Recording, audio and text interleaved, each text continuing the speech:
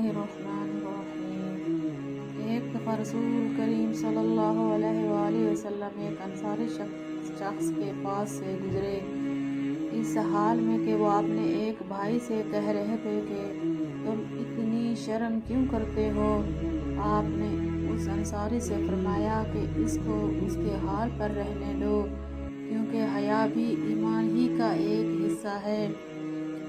صحیح بخاری حدیث نمبر 24۔ رسول اللہ صلی اللہ علیہ وآلہ وسلم نے فرمایا، مجھے اللہ کی طرف سے حکم دیا گیا ہے کہ لوگوں سے جنگ کروں اس وقت تک کہ وہ اس بات کا اقرار کر لیں کہ اللہ کے سوا کوئی معبود نہیں ہے، اور یہ کہ محمد صلی اللہ علیہ وآلہ وسلم اللہ کے سچے رسول ہیں، اور نماز ادا کرنے لگیں اور زکوٰۃ دیں۔ جس وقت وہ یہ کرنے لگیں گے تو مجھ سے اپنے جان و مال کو محفوظ کر لیں گے، سوائے اسلام کے کہ حق کے رہا ان کے دلوں کا دل کا حال، تو ان کا حساب اللہ کے ذمہ ہے۔ صحیح بخاری حدیث نمبر 25۔ رسول اللہ صلی اللہ علیہ وآلہ وسلم سے دریافت کیا گیا کہ کون سا عمل سب سے افضل ہے؟ آپ نے فرمایا، اللہ اور اس کے رسول پر ایمان لانا۔ کہا گیا، اس کے بعد کون سا؟ آپ نے فرمایا کہ اللہ کی راہ میں جہاد کرنا۔ کہا گیا، پھر کیا ہے؟ آپ نے فرمایا، حج مبرور۔ صحیح بخاری حدیث نمبر 26۔ رسول اللہ صلی اللہ علیہ وآلہ وسلم نے چند لوگوں کو کچھ عطیہ دیا، اور سعد وہاں موجود تھے۔ وہ کہتے ہیں کہ رسول اللہ صلی اللہ علیہ وآلہ وسلم نے ان میں سے ایک شخص کو کچھ نہ دیا، حالانکہ وہ ان میں مجھے سب سے زیادہ پسند تھا۔ میں نے کہا، حضور، آپ نے فلاں کو کچھ نہ دیا، حالانکہ میں اسے مومن گمان کرتا ہوں۔ آپ نے فرمایا، مومن یا مسلمان؟ میں تھوڑی دیر چپ رہ کر پھر پہلی بات دہرانے لگا۔ حضور صلی اللہ علیہ وآلہ وسلم نے بھی دوبارہ وہی جواب دیا۔ پھر آپ صلی اللہ علیہ وآلہ وسلم نے فرمایا کہ اے سعد، باوجود یہ کہ ایک شخص مجھے زیادہ عزیز ہے، پھر بھی میں اسے نظر انداز کر کے کسی اور دوسرے کو اس خوف کی وجہ سے یہ مال دیتا ہوں کہ وہ اپنی کمزوری کی وجہ سے اسلام سے پھر جائے اور اللہ اسے آگ میں اوندھا ڈال دے۔ اس حدیث کو یونس، صالح، معمر اور زہری کے بھتیجے عبداللہ نے زہری سے روایت کیا ہے۔ صحیح بخاری حدیث نمبر 27۔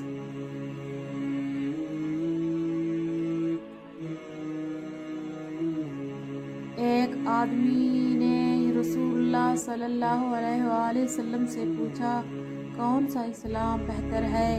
آپ صلی اللہ علیہ وسلم نے فرمایا کہ تو کھانا کھلائے، ہر اس شخص کو سلام کرے، خواہ اس کو تو جانتا ہو یا نہ جانتا ہو۔ صحیح بخاری حدیث نمبر 28۔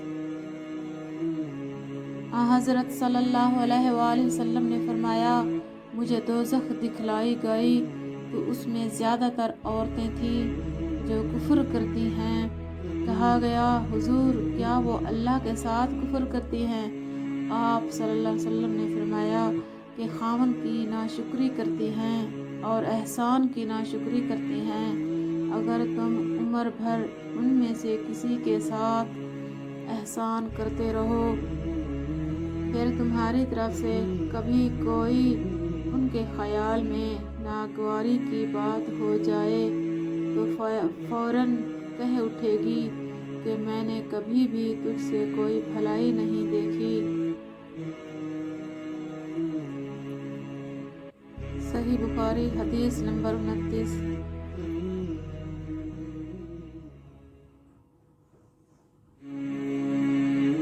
میں اس شخص حضرت علی رضی اللہ عنہ کی مدد کرنے کو چلا، راستے میں مجھ کو ابو بکرہ ملے۔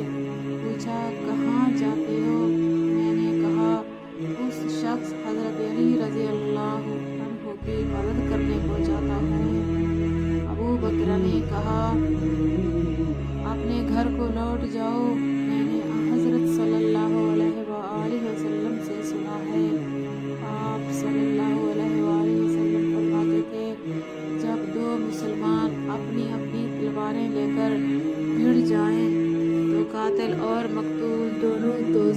ہیں۔ میں نے عرض کیا یا رسول اللہ، قاتل تو خیر ضرور دوزخی ہونا چاہیے، مقتول کیوں؟ فرمایا وہ بھی اپنے ساتھی کو مار ڈالنے کی حرص رکھتا تھا، موقع پاتا تو وہ اسے ضرور قتل کر دیتا، دل کے عزم صمیم پر وہ دوزخی ہوا۔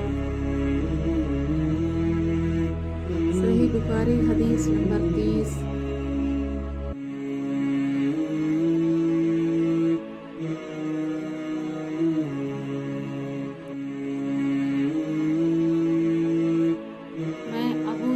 ربضہ میں ملا، وہ ایک جوڑا پہنے ہوئے تھے اور ان کا غلام بھی جوڑا پہنے ہوئے تھا۔ میں نے اس کا سبب دریافت کیا تو کہنے لگے، میں نے ایک شخص یعنی غلام کو برا بھلا کہا تھا اور اس کی ماں کی غیرت دلائی یعنی گالی دی، تو رسول اللہ صلی اللہ علیہ وسلم نے یہ معلوم کر کے مجھ سے فرمایا، اے ابو ذر، تو نے اسے ماں کے نام سے غیرت دلائی ہے، بے شک تجھ میں ابھی کچھ زمانہ جاہلیت کا اثر باقی ہے، یاد رکھو ماتحت لوگ تمہارے بھائی ہیں، اللہ نے اپنی کسی مصلحت کی بنا پر انہیں تمہارے قبضے میں دے رکھا ہے، تو جس کے ماتحت اس کا کوئی بھائی ہو تو اس کو بھی وہی کھلائے جو آپ کھاتا ہے اور وہی کپڑا اسے پہنائے جو آپ پہنتا ہے، اور ان کو اتنے کام کی تکلیف نہ دو کہ ان کے لیے مشکل ہو جائے، اور اگر کوئی سخت کام ڈالو تو تم خود بھی ان کی مدد کرو۔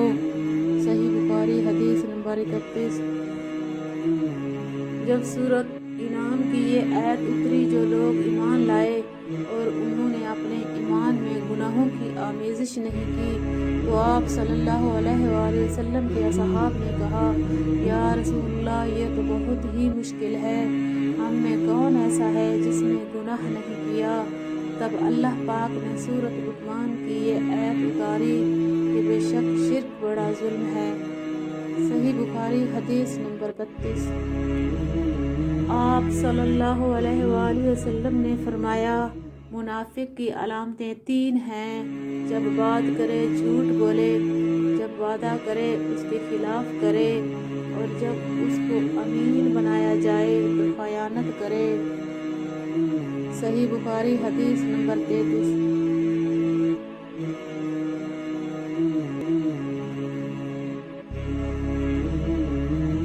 رسول اللہ صلی اللہ علیہ وآلہ وسلم نے فرمایا کہ 4 عادتیں جس کسی میں ہوں تو وہ خالص منافق ہے، اور جس کسی میں ان 4 میں سے ایک عادت ہو تو وہ بھی نفاق ہی ہے، جب تک اسے نہ چھوڑ دے۔ وہ یہ ہے، جب اسے امین بنایا جائے تو امانت میں خیانت کرے، اور بات کرتے وقت جھوٹ بولے، اور جب کسی سے عہد کرے تو اسے پورا نہ کرے، اور جب کسی سے لڑے تو گالیوں پر اتر آئے۔ اس حدیث کو شعبہ نے بھی سفیان کے ساتھ اعمش سے روایت کیا ہے۔ صحیح بخاری حدیث نمبر 34۔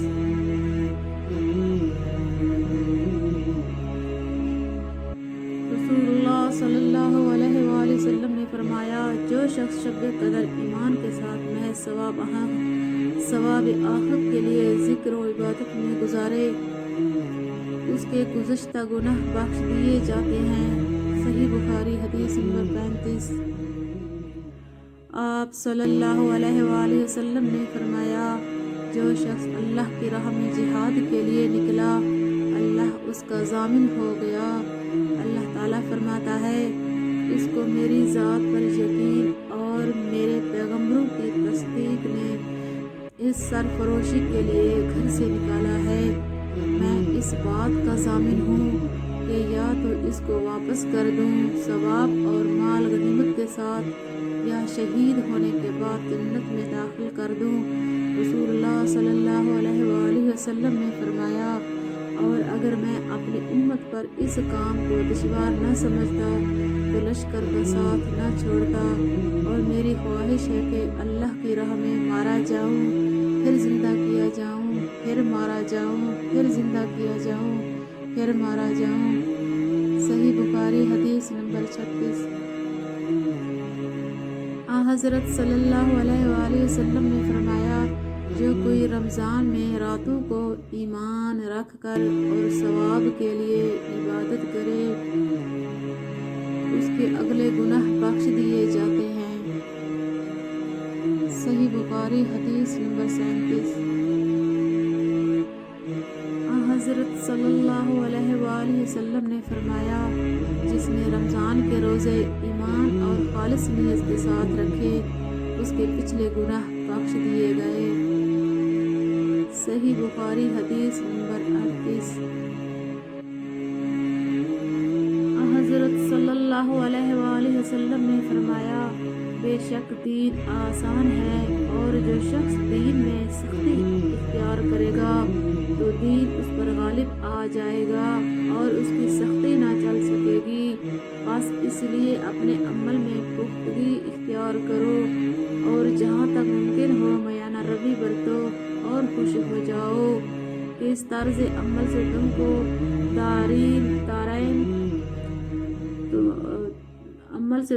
دارین کے فوائد حاصل ہوں گے، اور صبح اور دوپہر اور شام اور کسی قدر رات میں عبادت سے مدد حاصل کرو۔ نماز 5 وقت بھی مراد ہو سکتی ہے کہ پابندی سے ادا کرو۔ صحیح بخاری حدیث نمبر 39۔